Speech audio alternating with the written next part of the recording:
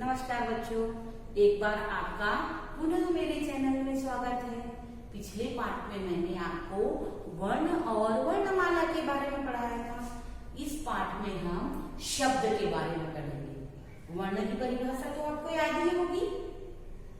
भाषा की वह छोटी से छोटी इकाई जिसके हम टुकड़े नहीं कर सकते, जैसे क, अ, च इत्यादि। उसी प्रकार वर्णों के सार्थक क्रम में लिखने को वर्णमाला कहते हैं। मैंने बताया था आपको, वर्णमाला में दो मोती होते हैं। कौन कौन से? एक स्वर और दूसरा व्यंजन। उसी क्रम में आज हम पढ़ेंगे शब्दों के बारे में। शब्द किसे कहते हैं? शब्द की परिभाषा होगी, वर्णों के सार्थक समूह को शब्द कहते हैं। अगर हमने वर्णों को कोई भी क्रम में लगाया तो वो जो शब्द बनेंगे उसका कोई अर्थ नहीं होगा। अर्थात सार्थक का मतलब होता है वे शब्द जिनका कोई अर्थ नहीं, जिसका अर्थ हमें पता हो, है ना। तो जैसे किताब, गिलास। अगर मैं किताब को उल्टा लिख दूं, ब-ता-की, इस शब्द का कोई अर्थ है नहीं। वैसे ही गिलास को मैं उल्टा लिख दूं, स-ला-गी, इस शब्द का भी कोई अर्थ नहीं है। तो ये शब्द जब हम इन्हें उल्टा लिखेंगे वर्णों को कोई भी क्रम में, तो वो शब्द नहीं कहलाएंगे, क्योंकि उनका कोई अर्थ नहीं होता। ठीक है, इसलिए जब हम वर्णों को एक सार्थक समूह में जोड़ेंगे तभी जो शब्द बनेगा, अगर उसका कोई अर्थ हो तो वो क्या कहलाएगा? शब्द। अब ये तो शब्द की परिभाषा हो गई। अब शब्द दो प्रकार के होते हैं।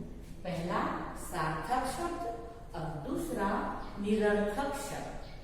सार्थक शब्द का वे शब्द जिनका कोई अर्थ हो, जैसे मैंने लिखा कमल, कमल। तीन वर्णों को मैंने जोड़ा, कमल। तो ये इससे पता चलता है कि ये हमारा राष्ट्रीय फूल है, जो जल में खिलता है, पानी में खिलता है। वैसे ही दूसरा शब्द लिखा मैंने मछली, यानी जल में रहने वाले जीव। ठीक, अब दूसरे शब्द में आए हम निरर्थक शब्द। नाम से ये निरर्थक शब्द, जिसका कोई अर्थ ना हो। उदाहरण के लिए मैंने कमल शब्द को उल्टा करके लिखा ल-म-क, यानी इस शब्द का कोई अर्थ नहीं। तो आज आप समझ गए सार्थक शब्द और निरर्थक शब्द। सार्थक माने वे शब्द जिनका कोई अर्थ हो, और निरर्थक वे शब्द जिनका कोई अर्थ नहीं होता। इस तरह शब्द दो प्रकार के होते हैं। ठीक है, आपको आगे मैं फिर समझाती हूँ। अब हम पढ़ेंगे सार्थक शब्द और निरर्थक शब्द की परिभाषा। सार्थक शब्द वे शब्द जिनका अर्थ होता है, जिनका कोई अर्थ हो, जो उसके बारे में हमें आसानी से समझ में आ जाए। जैसे अदरक। अदरक कहने से ही हमें एक मसाले की याद आ जाती है, उस मसाले के बारे में पता चल जाता है। दूसरा शब्द है विद्यालय। विद्यालय यानी वह स्थान जहाँ हम पढ़ने जाते हैं, विद्या ग्रहण करने जाते हैं, उसे हम क्या कहते हैं? विद्यालय। तो सार्थक शब्द का मतलब हुआ वे शब्द जिनके अर्थ हमें समझ में आते हैं या जिनका कोई अर्थ निकलता है। वैसे ही इसमें दूसरा शब्द है निरर्थक शब्द।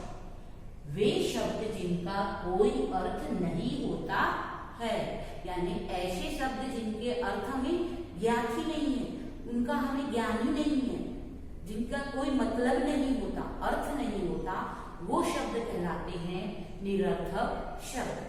उदाहरण के लिए देखो रग। रग माने कोई शब्द नहीं होता। वैसा ही दूसरा है थर।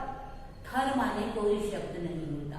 अगर ये कहलाएंगे निरर्थक शब्द जिनका अर्थ नहीं होता है। अगर इन्हीं शब्दों को हम सीधा कर दें तो क्या बनेगा? व्यवस्थित क्रम में लगा दें वर्णों को तो घर, वह स्थान जहां हम अपने परिवार के साथ रहते हैं, दूसरा शब्द बनेगा रथ, जिसमें भगवान या राजा महाराजा सवारी करते थे। तो आपको समझ में आया आज सार्थक शब्द और निरर्थक शब्द के बारे में और शब्द के बारे में। ठीक है, आपको अगर ये वीडियो अच्छा लगा हो तो मेरे चैनल को सब्सक्राइब कीजिए और बेल आइकन को प्रेस कीजिए। धन्यवाद।